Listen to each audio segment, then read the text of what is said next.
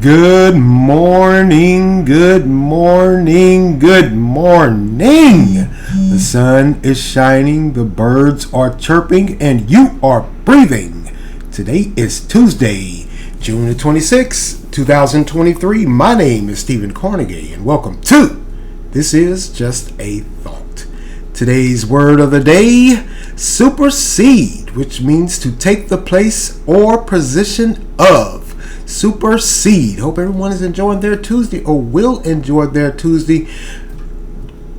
Well, summer's here. The temperatures have been sweltering, I should say.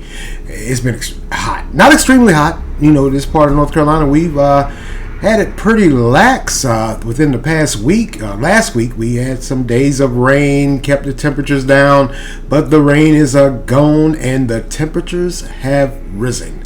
Temperatures in the 90s, and some instances or some days, we're going to have some heat indices along with humidity. Yesterday, I believe it was like 95 or something like that with a real feel heat index feeling of 100.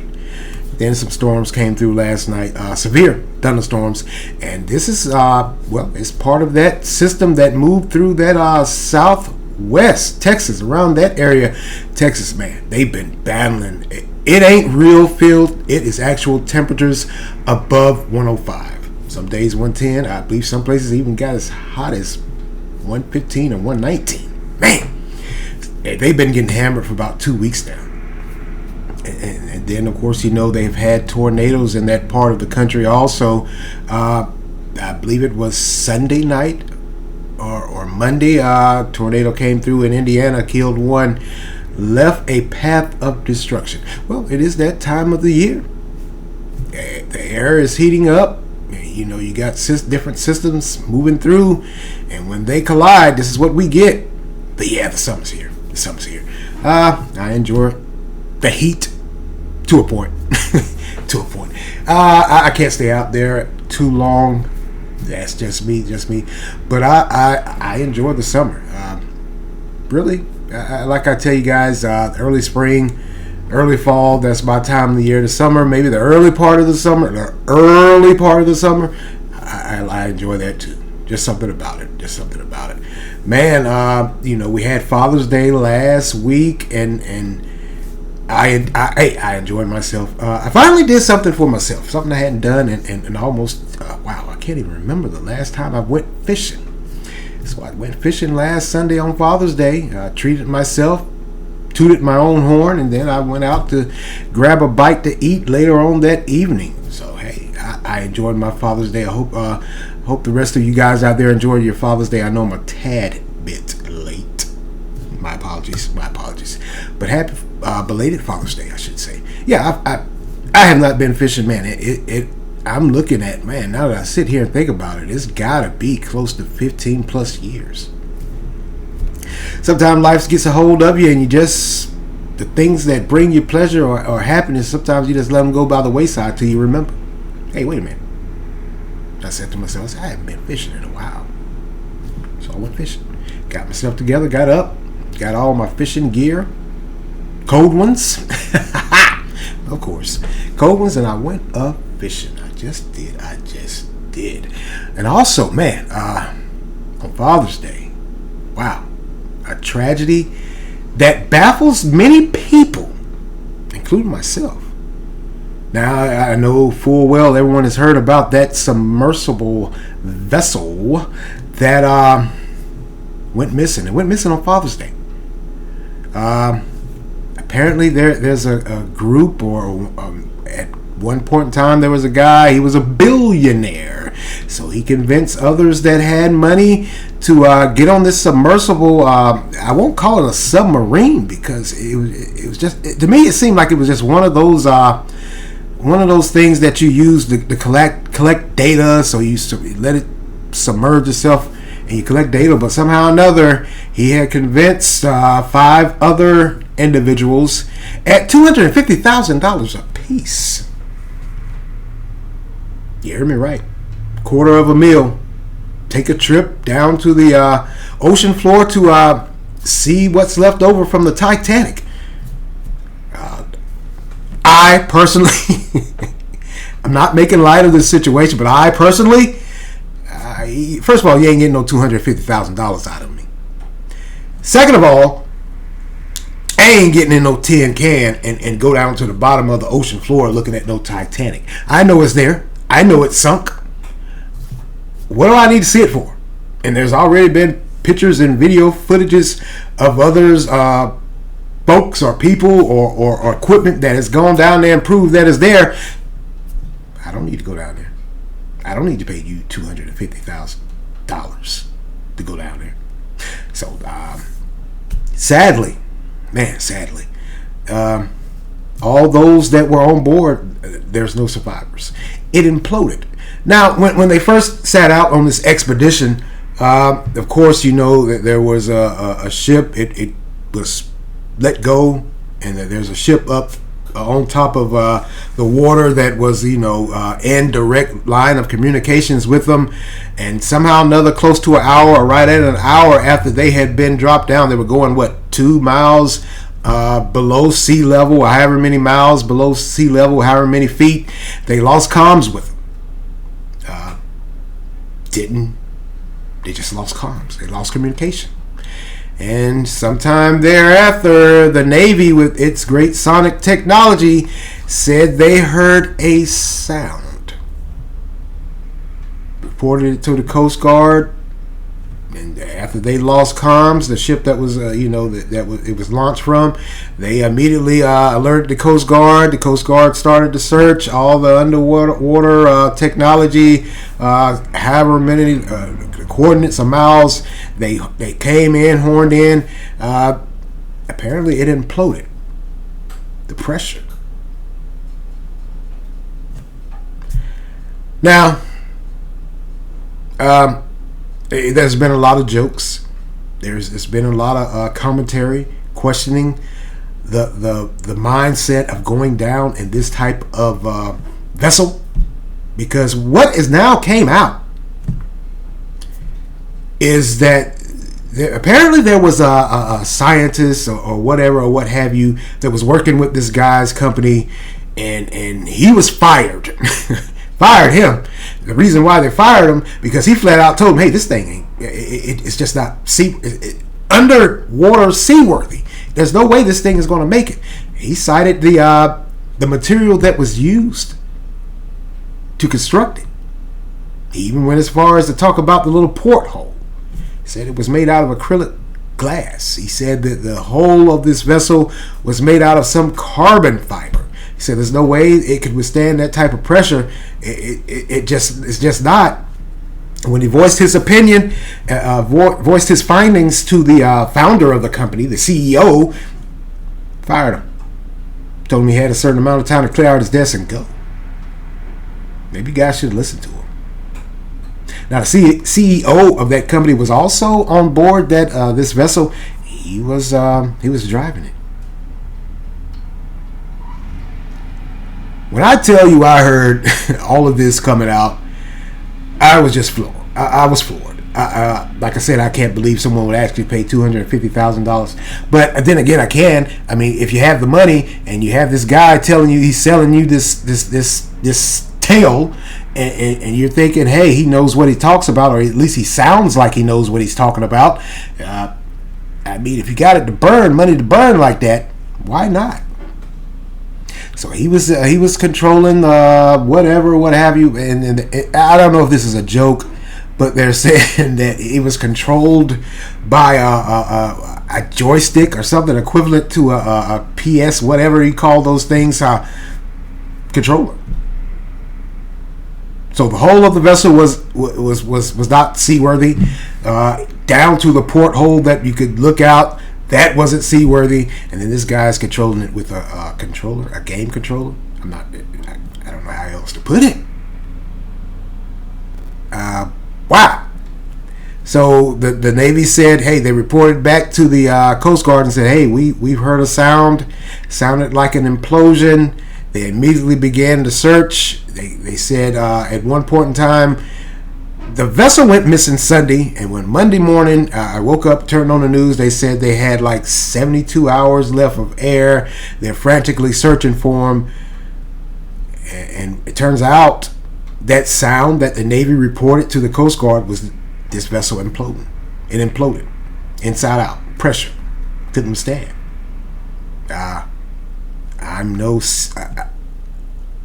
underwater sea guy. By any stretch of the imagination, but there's no way in the world you could convince me to get on that. Maybe that's just me. Call it what you want. Too many red flags for me.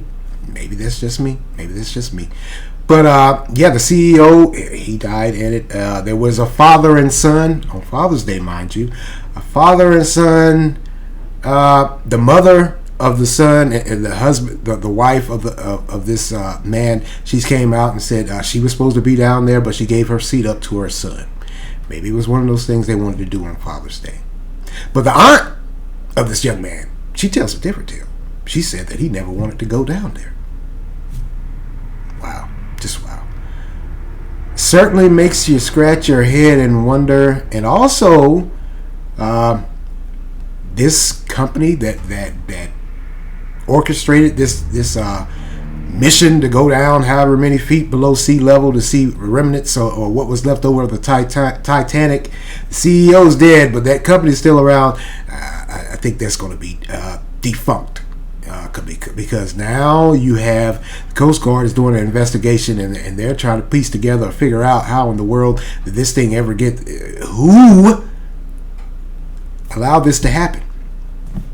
Because like I said, that one there was one guy that was on the team at one point in time, and he came out and said, "No, this thing ain't gonna make it. There's no way in the world you guys should even attempt to try this. Material used is shoddy.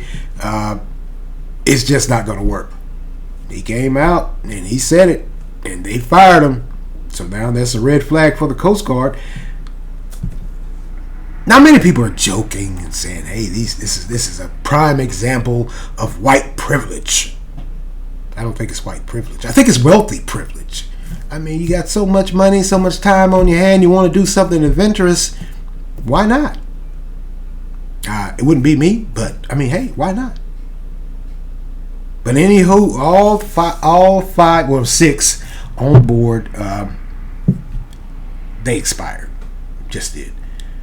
It is mind-blowing to me, and my heart goes out to those family members because I can't even imagine what they're thinking or what they're feeling. Here it was Father's Day. These guys were just going down to see, like I said, remnants of the Titanic, and that happened. So yeah, that company's gone. They're gone. It's done. Those lawsuits are coming, dare I say. I feel safe in saying that. Maybe they should. They should. It just should. I mean, because if you have a guy that was on your team telling you no way, no how it's going to work, and it didn't pass the final safety inspection. Obviously, someone was overseeing what was going on and telling the company also, hey, this isn't going to work. Don't do it. Not just the guy you fired. You are liable. All those heads that sit on the board or whatever, if they have a board, you guys are liable. You get rid of lose all your money. Because that just didn't make much sense to me. Just didn't. Like I said, I'm praying pray for those family members that are left. I can't even begin to imagine what they're feeling. Another thing that came out, they're saying a good thing, if I can say that, if that sounds right. They're saying a good thing, like I told you, that they lost comms with this vessel, and then it imploded. They're saying that with that amount of pressure and in that time span, when it did implode, they wouldn't have known what was going on. So I guess that's a good thing. They didn't suffer. Hey, like I said, if you're that wealthy and you need some adventure or whatever, I can see you doing it. But I would think you would look at all avenues and all aspects for safety concerns, if nothing else. God sold him a tale. He told him a good tale. Just did. All right, let's move along here, man. Wow. Putin's back in the news. What do you know? had a bit of a mutiny this weekend. Now, this blows my mind. I don't know what this guy was thinking, because at one point in time, he was Putin's, they called him Putin's chef. He was a one-time hot dog vendor. Somehow, some way, he ventured off from that and became wealthy. And he started up this mercenary group that Putin was using to fight that war in Ukraine. Now, if you know anything about these mercenary groups, they aren't a part of the regular military. They're pretty much solo dolo. They do things their way. And a lot of times in foreign lands, these governments there use these mercenaries to go in and clear out and put in work and do dirt where the regular military can't do. And that was their purpose. So the head of this Wagner group there, or mercenaries, somehow or another, I'm still not quite sure why, but he decided maybe he was upset with those generals that were in charge of the war in the Ukraine, and they were working under them, under the guise of Putin, and somehow, some way, he questioned their leadership. I'm not sure if it was the fact that they weren't sending in enough weapons, or the missions they were sending these missionaries on were pretty much duds. So he decided, he said to his group, he said, hey, we're going to turn back around. They were in Ukraine. He said, hey, we're going to turn back around and we're going to march to Moscow and we're going to demand some answers. They got pretty far. I believe they said they were like 120 miles from Moscow. Keep in mind now, you're supposed to be working with Russia, but yet you're turning around and saying, hey, you're going to go to those in charge, those military generals, and you're going to demand some answers as to, it's still not clear. I'm not sure if he wanted to be a part of the Russian army. He was demanding that, or he was demanding more weapons or whatever, what have you. Whatever the reason, he decided to turn his squad around and march on Moscow. Got as close as 120 miles before he aborted the mission. I'm sure that was under the urging of Putin, because Putin came out, he took to the TV, he said these guys are traitors and they will be prosecuted to the fullest extent. So this head of this mercenary group, he told his squad to stand down, and he turned around, and no one knows where he's at. Surprise, surprise, surprise, surprise! I wouldn't. It's Putin. He squashes anyone that goes against him. So there was an audio recording where he called, somehow or another he recorded saying, hey, everything's all right. I just told my guys to stand down. There was a disagreement pretty much, but no one's seen him. Putin has came back out and said, hey, I'm not going to prosecute anyone, even though the charges are still open. And I kind of want to say he hinted at those that were left over, those mercenaries, a part of that squad. They were going to be incorporated into the Russian army. I believe that's what they wanted from the start. So Putin comes out and says, hey, it's squashed. And even if they did decide to, this mutiny ploy was to go actually be put into action, they would have been done away with quick. It's Putin. Why are y'all fooling around with Putin? What went through this guy's mind to say he was going to buck up against Putin in the middle of a war? Who knows? Who knows?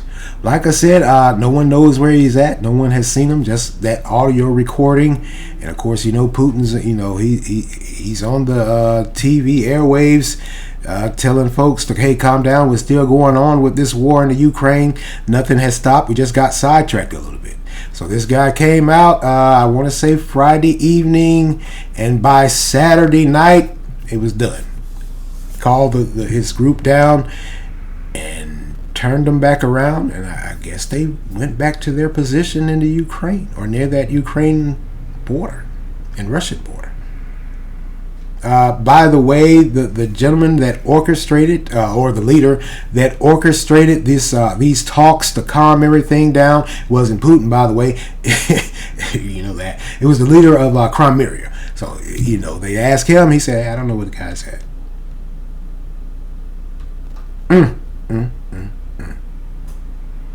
Now, many are saying, hey, with all of that went down this past weekend, this mutiny attempt, maybe Putin is losing ground. He's losing control. He can't even control his own troops and own mercenaries that he appoints to do this, that, or whatever, for whatever reason. Maybe he's losing control. Maybe. Maybe not. This happens in war.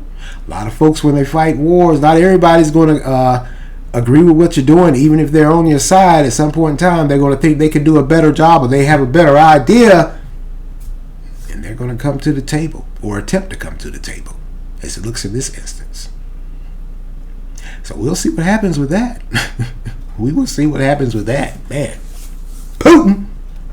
But why are y'all still fooling around with Putin, man? Come on. I ain't a fan of the guy. I don't admire him. But from everything I've read and seen and heard, he ain't to be played with. And if you step to him, you better come with it, and it better be quick and final. I really don't think this head of this mercenary group, I don't think he really thought this through. Oh man, I keep thinking back to one of the first times I really saw something on Putin. This was years ago. There was a 2020 special where they were talking about Putin, talking about where he came from, how he got started, and they, when he, of course, at this point in time he was in full power, so they followed him around, and he went to this meeting, and he was I guess he was going to lay the law down, and I keep thinking back when he got out of this car, he stepped out with a members only jacket. For you guys, people that don't know, youngins that don't know, it's an old jacket that it just says members only. Everybody knows members only. Stepped out of this car with that members only jacket on, gray slacks and some penny loafers, and the first thing that popped in my mind, I said, oh man, this guy's a gangster. When I saw him in that members only jacket and those gray slacks and those penny loafers, I said, yeah, this guy ain't to be played with. He went in that meeting and he fired every single one of those guys that sat on that board for whatever it was, and they very graciously, there was one that kind of looked like he wanted to say something, and the guy sitting beside him looked at him like, man, don't open your damn mouth. And they very graciously gathered their belongings and thanked him for sparing them, and they hauled ass, and he took over whatever he was doing. Or whatever they weren't doing, I should say, because that was the reason for him being there. So, like I said, I'm not too. It doesn't sound like this guy had all his thoughts together, because when you step to that guy Putin, I think you need to do it hard and quick. You don't need to be lingering around telling folks what you're going to do. He was given a play-by-play analysis or description of what he was doing. Hell, Putin already knew where you were. I mean, if you're going to do a mutiny, why are you telling everybody? Why are you all in the media? Just curious. Anyway, like I said, I'll keep you guys updated on that. That is rather interesting, I should say. Rather interesting. And a little bit more of an update or a continuation. And when I heard this last week, I thought to myself, this lady's a damn fool. Now, you remember I told you guys about the Utah mother who wrote a children's book, and there was a lot of scream praise and accolades for her, and saying, good job, you're a strong woman. She wrote a children's book for kids dealing with the loss of a parent. Now we know, or now she has been accused of, still locked up by the way, of killing her husband by overdosing him with fentanyl. She put it in his nightcap, put it in his drink. So he ends up dead. They arrest her. They search her search engine on her computer. They find out she was searching fentanyl, investigative work by the police as it relates to looking at the spouse of a murdered or dead person, and they discovered, or whatever, what have you, they discovered all this pertinent information. So they arrested her and charged her, and she's in jail on a bond, and the guy that was killed, the husband that was killed, family members came to court and said, no way, no how, do not let her out. She does not need to be free. She does not need to be in society. We're in fear for our lives. We're in fear for those kids' lives. So she showed up in court, or her lawyers showed up in court last week. The mindset and balls of folks showed up in court last week. She said, hey, that was my husband.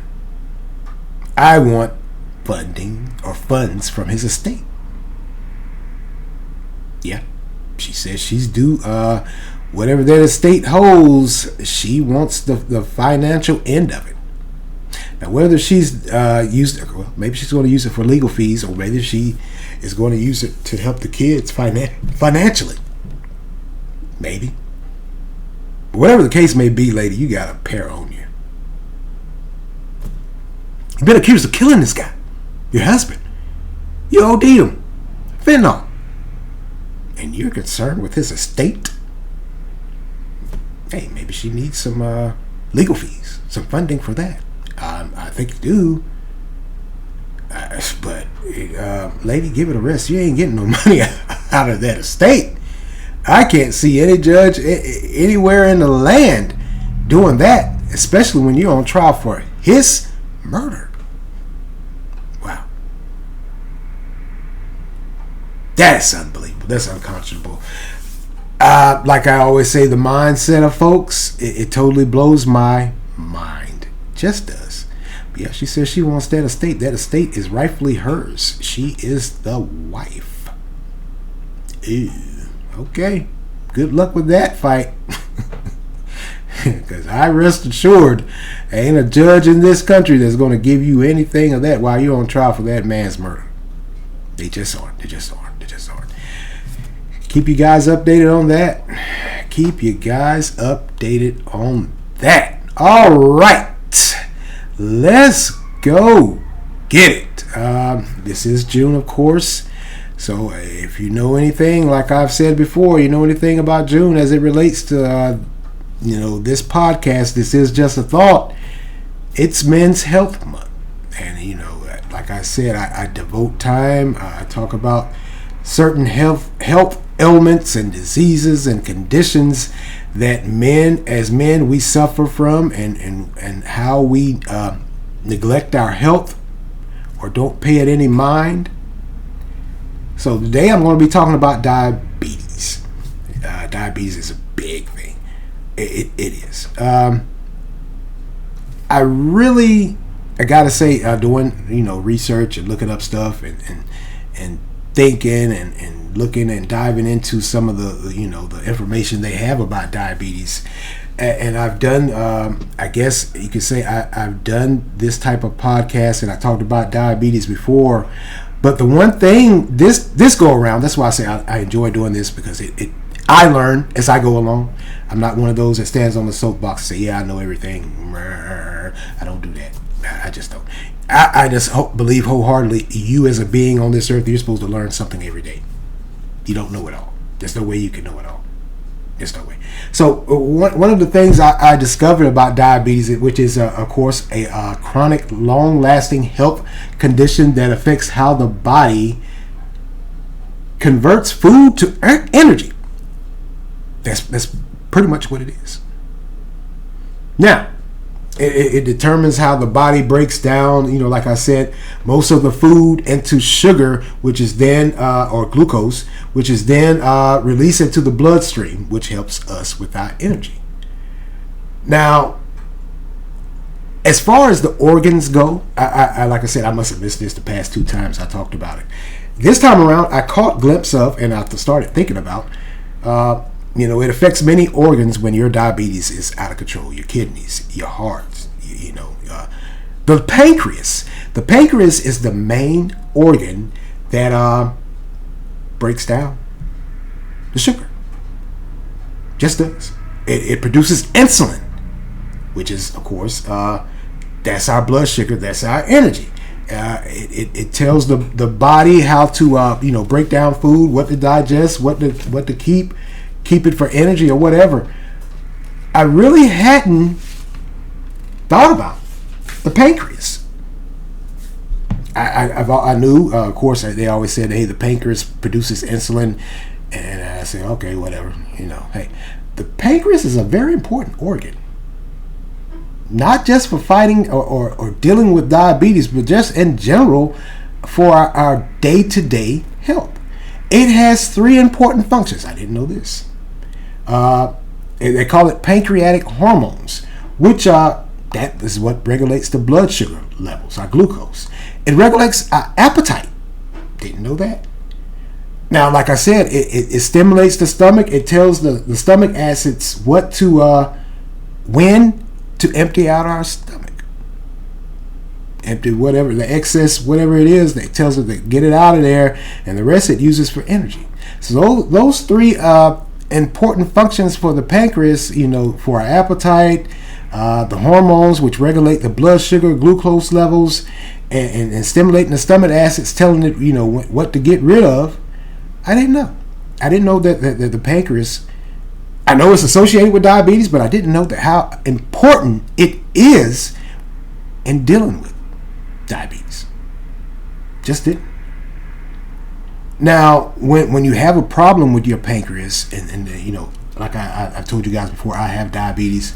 So when I first started doing this podcast and was talking about diabetes, I put a lot of personal information. You can go back a year or 2 on Anchor, and you can hear me talk about that.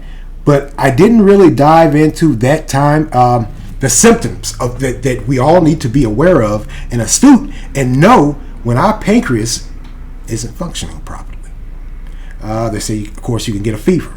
There's nausea, there's vomiting and sweating, and clay-colored stews. There's bloating, and your stomach always feels like it's bloated and it's full.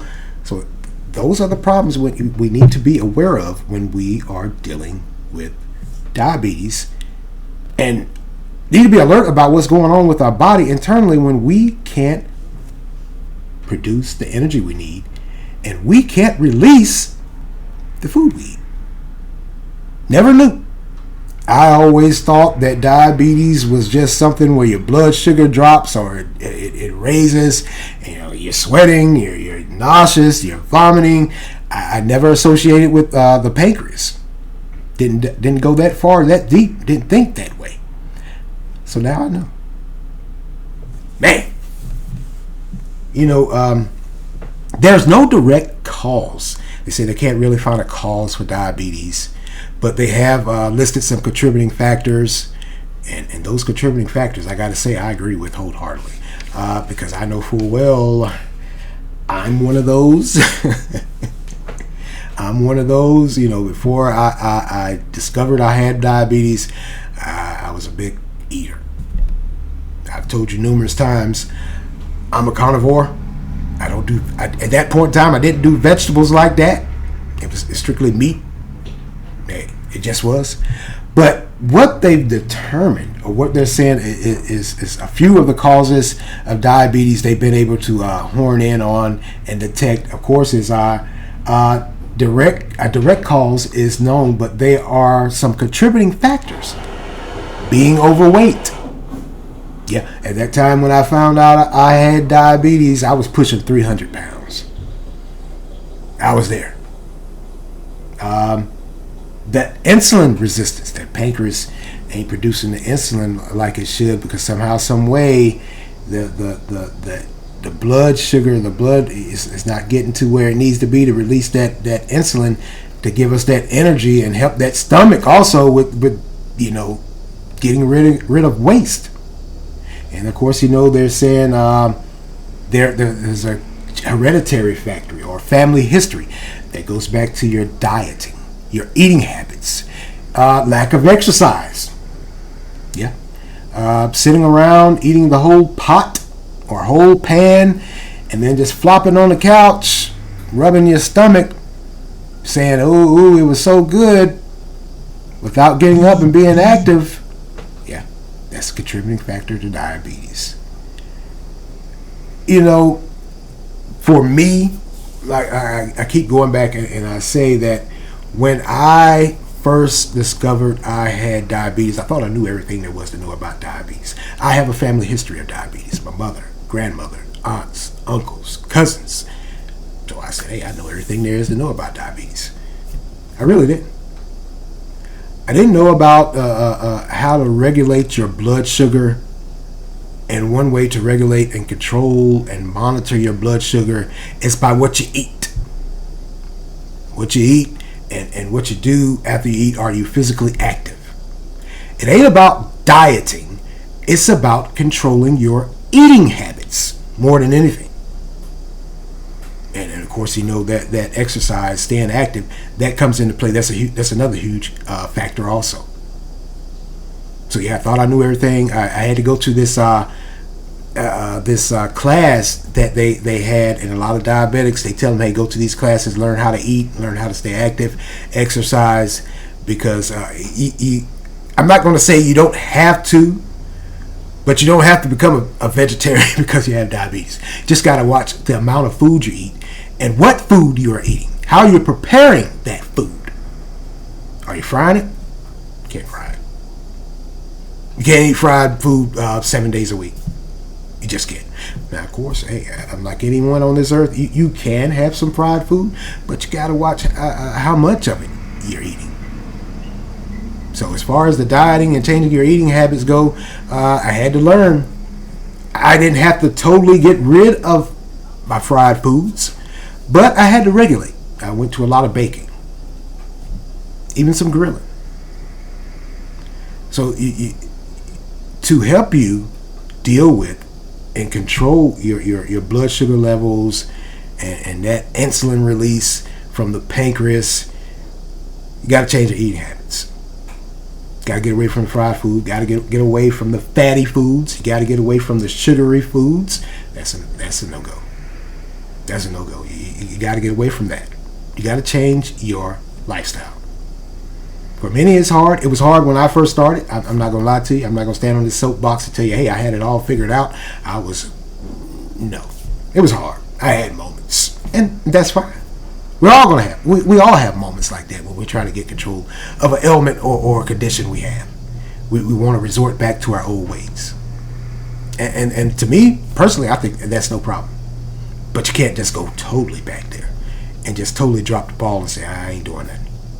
Another thing that came up with, like I said, your eating habits, your diet, the type of food you eat, the preparation of that food, and the hereditary factor, and I think that has a lot to do with what I mentioned, with how you prepare your food and what foods you eat. Because if you've seen mama and daddy or grandmama or aunt, your aunties or your uncles eat what they want, you'll also continue that habit. I don't know if it's hereditary like the genes, but I mean, it makes sense. It can be passed on to you subconsciously. I don't know about the physical side of the hormonal effects, because they did talk about that as that being part of that genetic form of a contributing factor for diabetes. So yeah, I could give you that.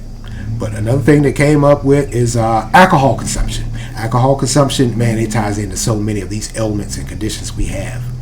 Alcohol consumption, cigarette smoking. Yeah. Hey, there's no easy way around it. Once you have it, you gotta change your lifestyle. It's a totally different lifestyle change. It just is. So like I said, I learned a little bit this go around with diabetes and that pancreas. I learned more about the pancreas.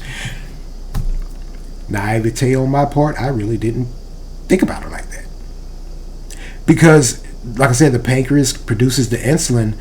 But one thing that I've always heard with diabetes, there's always been a strong emphasis on, was the kidneys. I didn't know. Now I know that the kidneys and the pancreas, they work. I'm not going to say simultaneously, but they work hand in hand.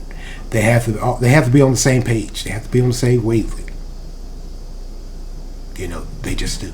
Of course, kidney failure or renal failure with diabetes.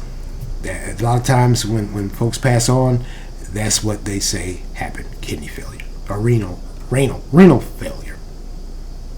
So the kidney and the pancreas, man, those two organs, they're vital. And another thing, that with that alcohol and tobacco consumption that I also learned with diabetes, it can affect your heart. Heart disease. Just can. So, hey, it's an everyday battle for me personally with diabetes. I've picked up and I slacked off, but the knowledge that I have lets me know I can't keep doing the same old things and think things are going to get better. Back to that sitting around eating a whole pot or whole pan and then just flopping on the couch, rubbing your stomach, saying it was so good, and then popping the top on a few cold ones. Can't keep doing that. I ain't trying to preach to nobody, but over time with diabetes, man, it encompasses so much. Another thing that happens a lot of times to diabetics is circulation in our legs, our feet, diabetic neuropathy, numbness, tingling in your feet. Diabetes, like I said, it leads to kidney failure, pancreatic problems, heart disease, and amputations. Just does. Not trying to scare anybody, but hey, these are the things you need to be aware of. And you need to be astute to change your lifestyle. Just do. Man, certainly is a lot to digest, no pun intended, at one time for many folks, but it's a gradual change. Like I told you years ago when I found out I had it, when I first started out, I tore out. I tore out on this gung-ho thing where I was trying to cut all the meat out.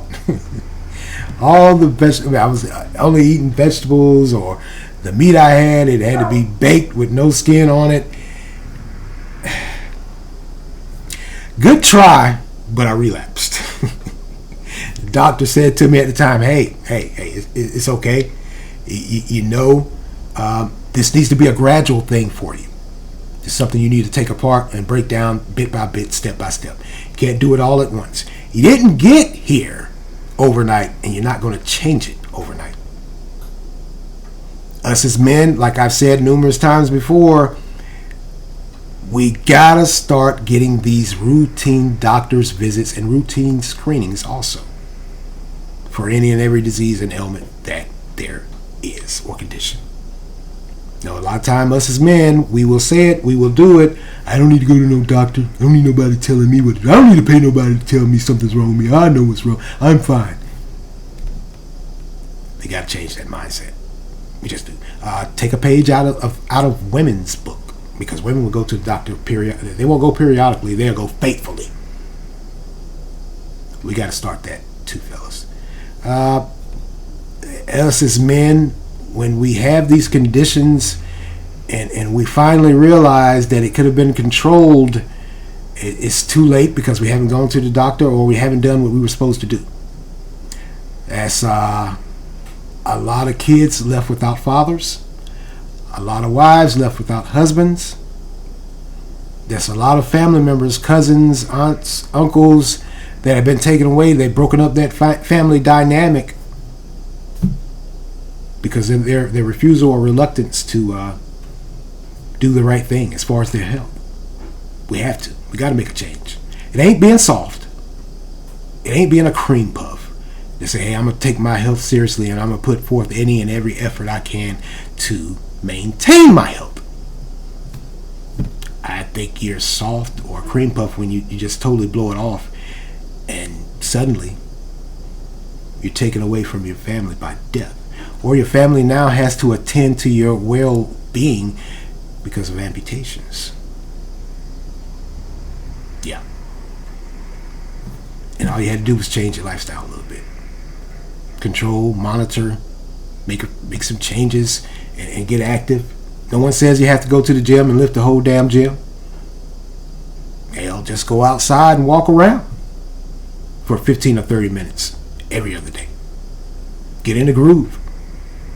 When you do that, like I said, like I told you, I started out, I charged out, I was trying to do this and that, and doctor told me, hey, gradual steps. I don't want to see you crash and burn, and that's what I did. When I first started out, as far as getting out and getting active, I would get up and go walk for 15 or 30 minutes. Walk through the neighborhood. saw a lot of other folks doing the same thing. So no, you don't have to go to the gym. You don't have to be a member. You don't have to go get your little gym shorts, your weight belt, your little weight gloves, your little Bluetooth earbuds. No, you don't. It's inexpensive. You ain't got to go dump all that money into a gym membership. It could be you just getting up, walking around the neighborhood, or you're sitting inside your house and doing some calisthenics, some stretching, push-ups, sit-ups, flutter kicks. You're active. That's the main thing for me, being active. And as you get active, you're going to cut back on that eating. Because you can't do what you need to do physically if you ate the whole pot and pan. You're going to start saying, well, maybe I need to cut back. It's a gradual change, a gradual progression towards taking care of your health. Just is. I'm going to go on and get out of here. I'm going to go on and skedaddle. Yeah, I got to go to work today. Today. Hey, I want to thank you all for lending me your ears today. Oh, whoa, I almost forgot. I apologize. Earlier this week or sometime last week here in Durham, North Carolina, the Mayor Elaine O'Neill came out and said, hey, I'm not seeking re-election. I'm not running for a second term. Wow. She says, hey, I want to spend more time with my family. Understandable. Being mayor here in Durham, wow. I don't admire her. I'm not saying I don't not admire her like that. I don't admire her or the previous mayors. It's something. It's understandable when she says, "Hey, I don't want to seek re-election. I want to spend time with my family."